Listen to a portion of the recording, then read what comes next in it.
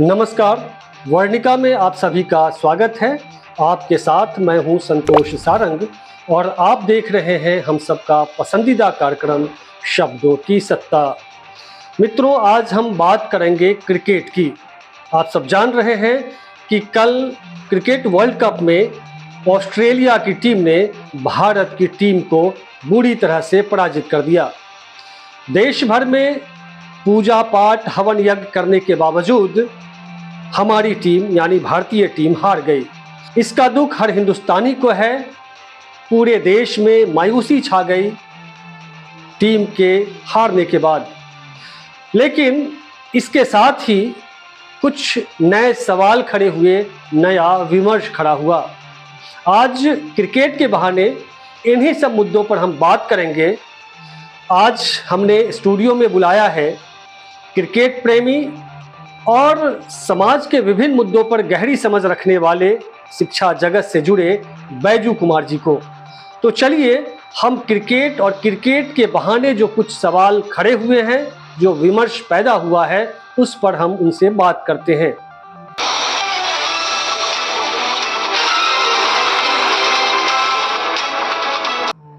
बैजू जी, पहले वर्णिका में सबसे पहले आपका बहुत बहुत स्वागत है। जी, बहुत बहुत धन्यवाद।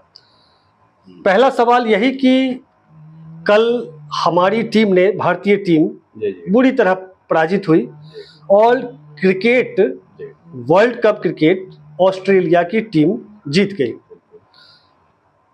पूरे देश में क्रिकेट मैच 19 को फाइनल मैच के पहले देश भर में पूजा पाठ हवन यज्ञ सब कुछ किया गया।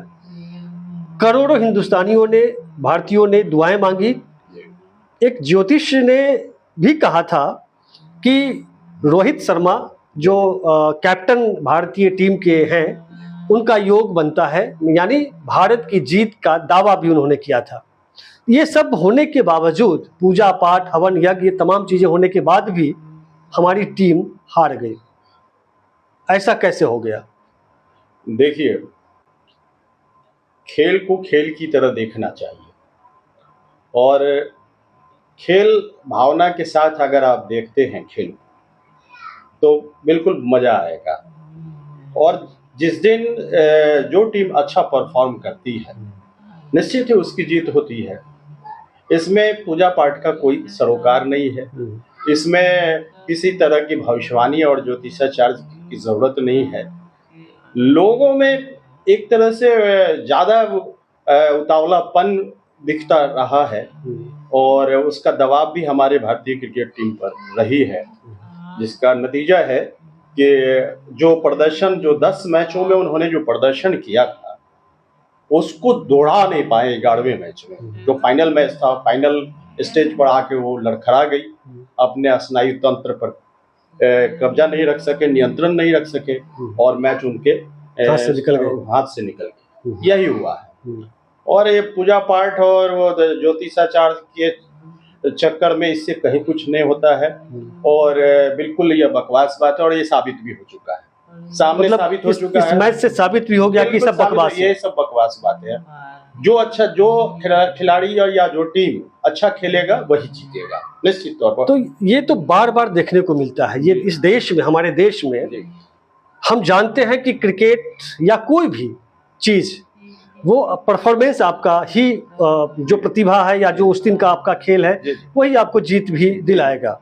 इसके बावजूद हर बार देखते हैं कि जब भी वर्ल्ड कप या कोई फाइनल मैच होता है, अंतर्राष्ट्रीय क्रिकेट मैच, तो पूरे देश में कौन ऐसे लोग हैं जो हवन यज्ञ करके और पूरे देश में इस तरह की चीज़ें खड़ी करने की कोशिश करते हैं? देखिए, चमत्कार दिखाने की कोशिश होती है और चमत्कार कभी कभी तुक्का लग भी जाता है। जैसे इस बार अगर मैच जीत जाती है अगर टीम, तो वो तुक्का लग गया होता और तब वो कहते कि देखिए हमारी पूजा पाठ और हवन से क्रिकेट में इंडिया जीत गई। तो ये क्रिकेट खिलाड़ियों को श्रेय देने के बजाय ये खुद का श्रेय ले लेते हैं।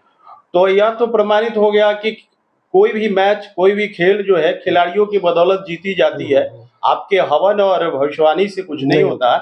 तो इसलिए या कोई टोटका करने से नहीं होता।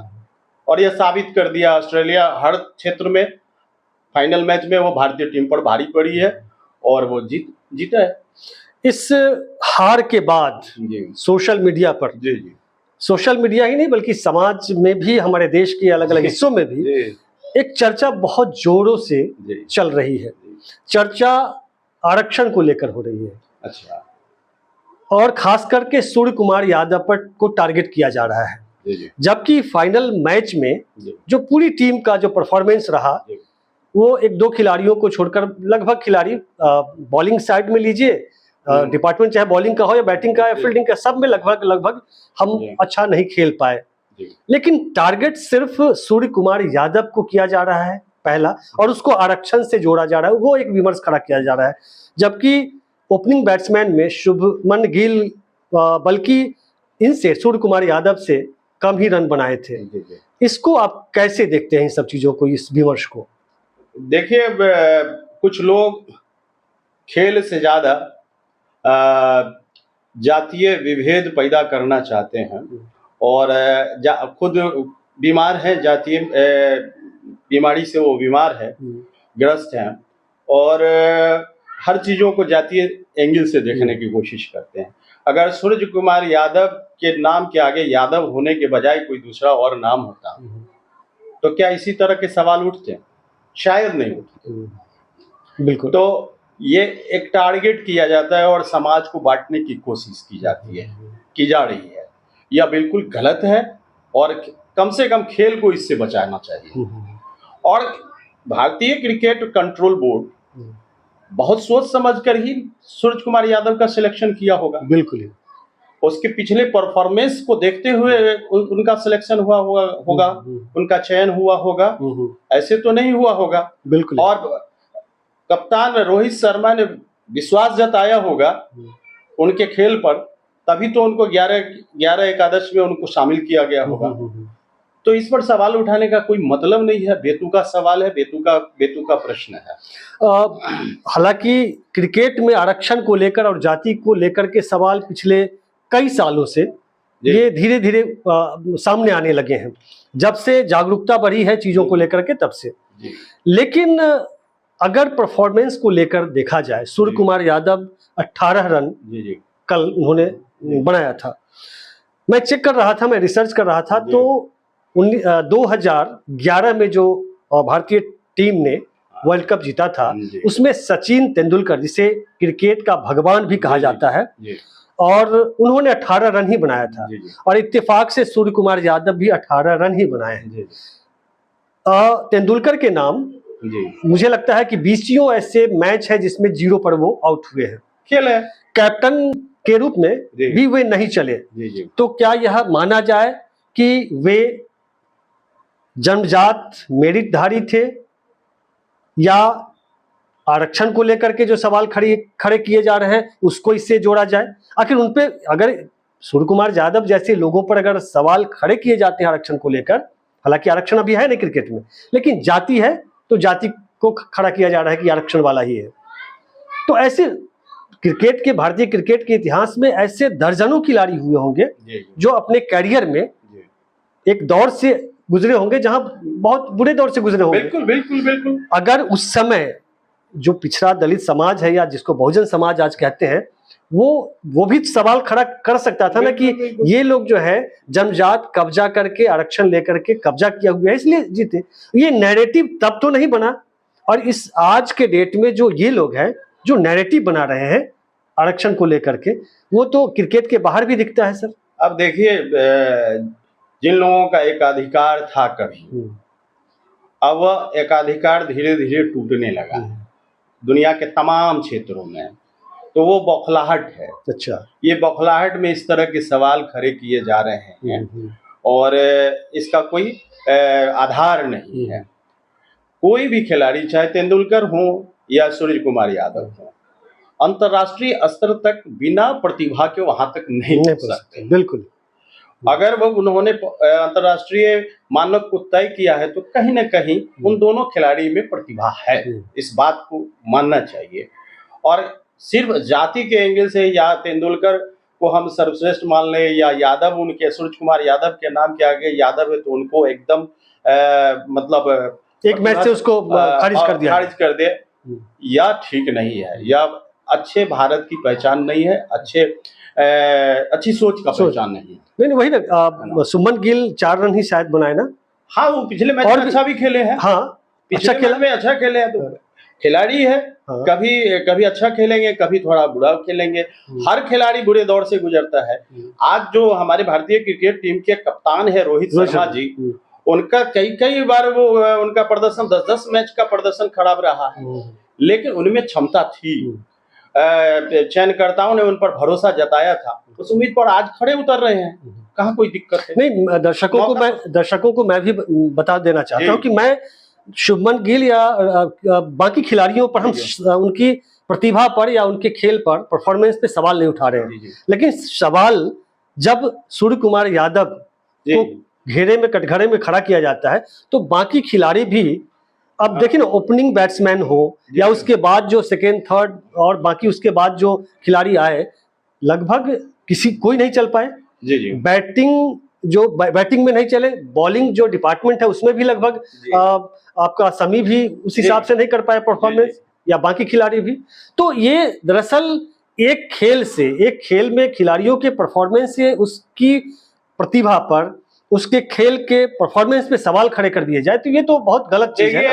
एक जो बीमार मानसिकता के लोग हैं वो एक नैरेटिव तैयार करते हैं, और वो नैरेटिव तैयार करते हैं और उसमें यह साबित करना चाहते हैं कि अमुक फलाने लोग अयोग्य हैं, और उनको अगर कोई मौका नहीं मिलता है तो आरक्षण का बहाना लेते हैं, जबकि सच्चाई है कि आरक्षण अब का लाभ वो भी उठा रहे हैं।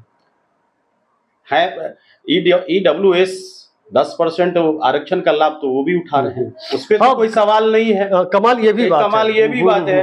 और आप क्रिकेट को छोड़ दें तो बहुत सारे खेल हैं। हॉकी का नाम क्यों नहीं ले रहे हैं? हॉकी में आदिवासी झारखंड की लड़कियां कितनी आगे काम कर रही हैं और कितना तरक्की कर रही हैं।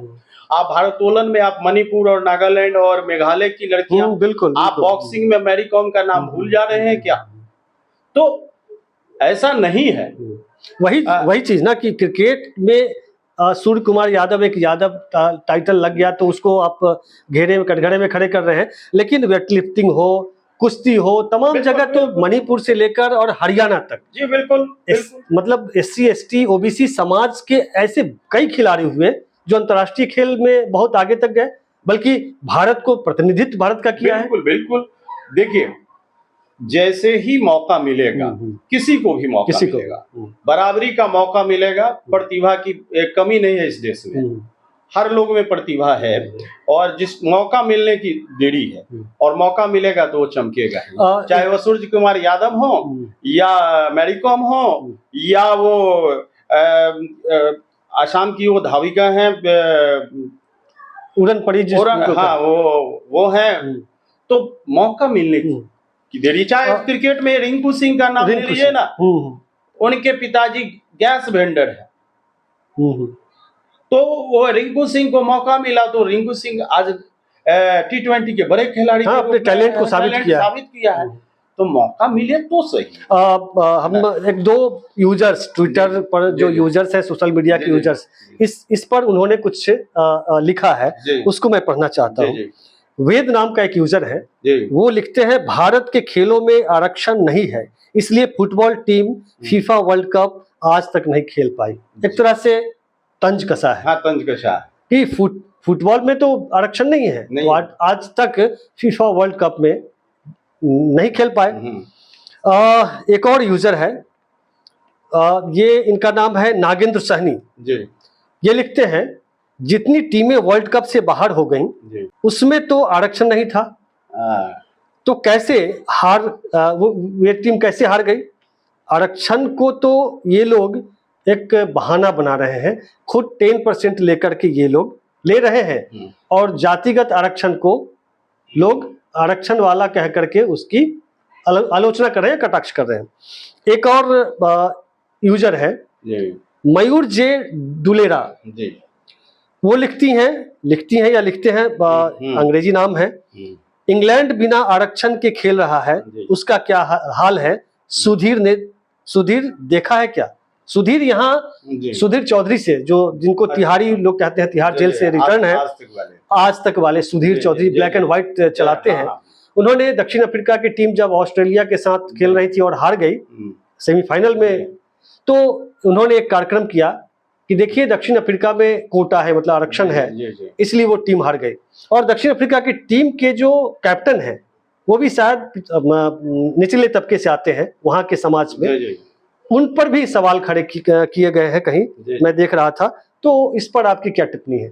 देखिए, सबसे पहली बात कि मैंने कहा कि कुछ बीमार मानसिकता के लोग हैं, खेल को खेल नहीं रहने दे रहे हैं, उसमें भी जातिवाद और भाई भतीजेवाद को घुसाने की कोशिश कर रहे हैं।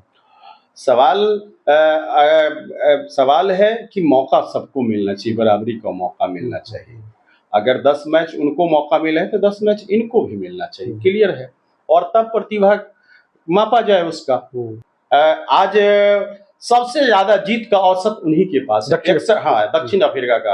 अगर आरक्षण रोड़ा होता तो उनके जीत का औसत 61.33% नहीं होता। यह औसत किसी भी क्रिकेट खेलने वाले देश का नहीं है, यहाँ तक कि ऑस्ट्रेलिया का भी नहीं। खैर, ये तो क्रिकेट में है। आरक्षण को लेकर के इस देश में लंबे समय से विमर्श चल रहा है। आरक्षण वाले ऑपरेशन करते हैं डॉक्टर, तो पेट में कैंची, रुमाल, गमछा छोड़ देते हैं। आरक्षण वाले इंजीनियर जब पुल बनाते हैं तो वो गिर जाता है। ये तो नैरेटिव बनाया ही जाता है। बिल्कुल बिल्कुल बिल्कुल बनाया जाता है। वो एक तरह से समाज में गलत बात प्रचारित करते रहते हैं, और गलत नैरेटिव बना के, और वो पूरे समाज को भ्रमित करने का काम होता है। लेकिन आज ये सिद्ध हो गया है EWS लागू होने के बाद कि चाहे किसी भी डिपार्टमेंट की बहाली निकलती है तो उसमें OBC से कट ऑफ EWS का कम होता है। कई बार EWS का ये अत्यंत पिछड़ी जाति का, उससे इनका कट ऑफ नीचे होता है। कभी कभी तो SC से भी नीचे देखा है, ST से भी नीचे चला जाता है। एक यूजर इस पर कटाक्ष किया है। इस यूजर का नाम है प्रतीक पटेल, नाम के यूजर हैं। वो लिखते हैं मैकेनिकल इंजीनियरिंग का उसका जो कट ऑफ मार्क्स है वो उसका जिक्र करते हुए लिखा है OBC 131, UR 131, EWS 125। अब कोई ये कहे कि ये आरक्षण वाला, भाई आरक्षण वाला तो 131 नंबर लेकर के आया है, अगर इसमें आया है तो, और UR भी 131 है, और जो आर्थिक रूप से कमजोर सवर्ण है 125। तो ये टैलेंट, उसके हिसाब से तो टैलेंटेड ये कम हुए, इनका कट ऑफ ही 125 आया है। तो ये नैरेटिव दरअसल जो बनाने का टूल्स है वो सवर्ण समाज के पास है। क्या ये नैरेटिव बदल नहीं सकता है कि वो लोग जो बार बार कहते हैं कि आरक्षण वाले हैं, पेट में कैंची छोड़ देते हैं वगैरह वगैरह, ये बहुजन समाज जो है SC ST OBC इस नैरेटिव को बदल सकता है क्या? बिल्कुल बदलेगा कि ये जो है EWS वाले हैं, ये आएंगे तो बिल्डिंग कमजोर हो जाएगी, ये आएंगे तो खेल को बर्बाद कर देंगे, ये आएंगे तो मीडिया को बर्बाद कर देंगे। ये तमाम चीजें तो नैरेटिव गढ़ी जा सकती है ना। खैर, ये तो आरक्षण की बात क्रिकेट के बहाने जो समाज में है। एक सवाल ये है कि ये आरक्षण का, ऐसे तो शाहू जी महाराज ने पहले आरक्षण दिया, फिर कर्पूरी ठाकुर, बिहार के कर्पूरी ठाकुर ने आरक्षण दिया, और मंडल आंदोलन के बाद एक तरीके से OBC को 27% का आरक्षण मिला। और 90 के दशक के बाद, मतलब 80 के बाद से समझिए बहुजन चेतना आई, सामाजिक चेतना आई। लेकिन उसके पहले तो हर एक क्षेत्र में आज भी मीडिया और सेंट्रल यूनिवर्सिटीज और बहुत सारे मंत्रालयों में 90% अपर कास्ट के ही लोगों का कब्जा है।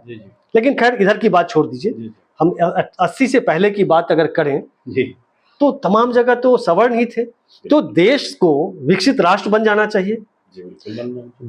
तब मुगलों ने हमारे देश पर शासन किया, कई जो विदेशी आक्रांता है वो हमारे देश को गुलाम बनाया। अंग्रेजों ने हमारे देश पर को उपनिवेशवाद बना करके हमारे देश की संपत्ति को लूटा, तमाम चीजें, तब तो कोई आरक्षण वाला नहीं था। जी, ये क्या, ये सवाल तो बनता है ना। बिल्कुल बनता है। देखिए, अब सवाल ये है कि स्वयं को सर्वश्रेष्ठ मान लेना और दूसरे को कमतर मान लेना, यह एक बीमारी है। और ये बीमारी जो है सदियों से चली आ रही है, और जब तक इस बीमारी का ठीक से इलाज नहीं होगा तब तक हमारा समाज जो है एक सुंदर समाज नहीं बन सकता है। और इसके लिए हर आदमी को कोशिश, इधर से भी कोशिश होनी चाहिए और उधर से भी कोशिश होनी चाहिए। ऐसा नहीं है कि एक ही तरफ से हो।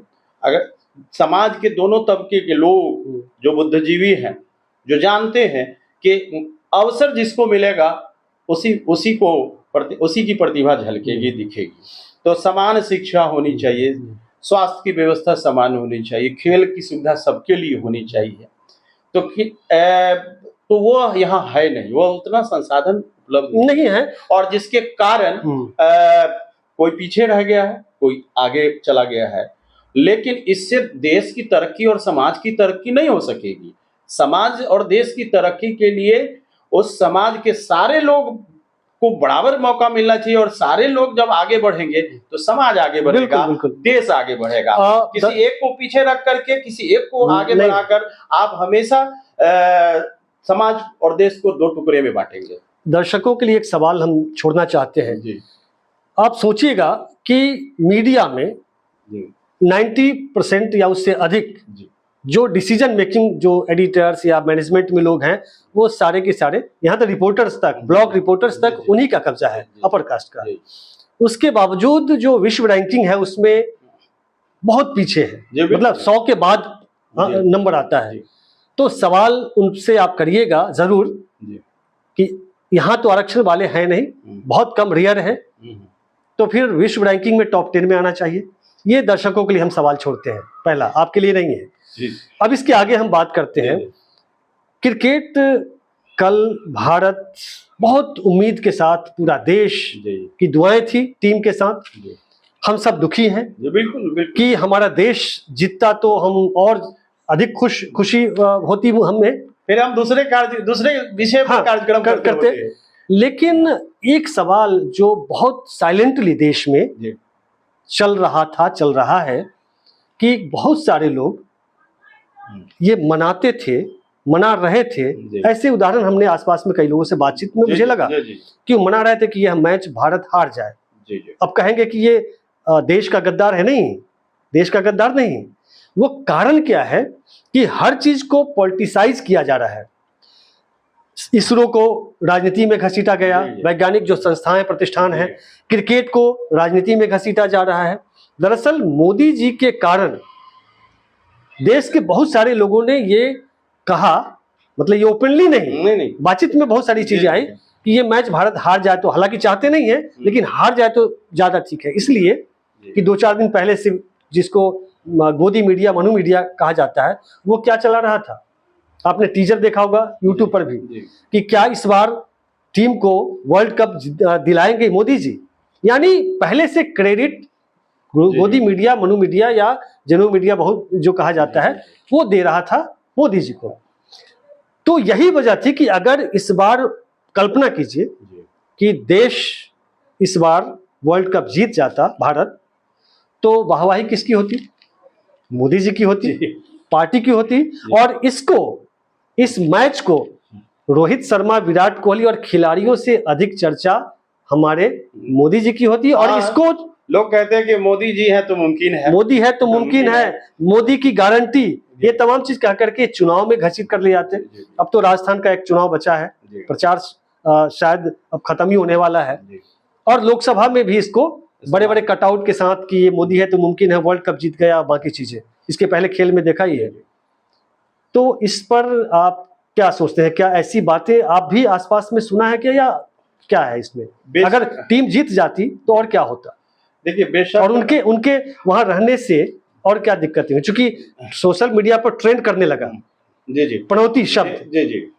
देखिए, आपने जो कहा है वो शंकाएं निर्मूल ना थी, वो माहौल बनाया जा रहा था वो गोदी मीडिया के द्वारा, और वो इस तरह से माहौल बन रहे थे, तो फिर वही बात बोलूंगा कि खेल को जातिवाद या भाई भतीजेवाद या राजनीति से मुक्त रखना जरूरी था, लेकिन दुर्भाग्यवश खेल पर भी कहीं ना कहीं राजनीति हावी होने लगा, और इसी दौरान जो है, जो मोदी जी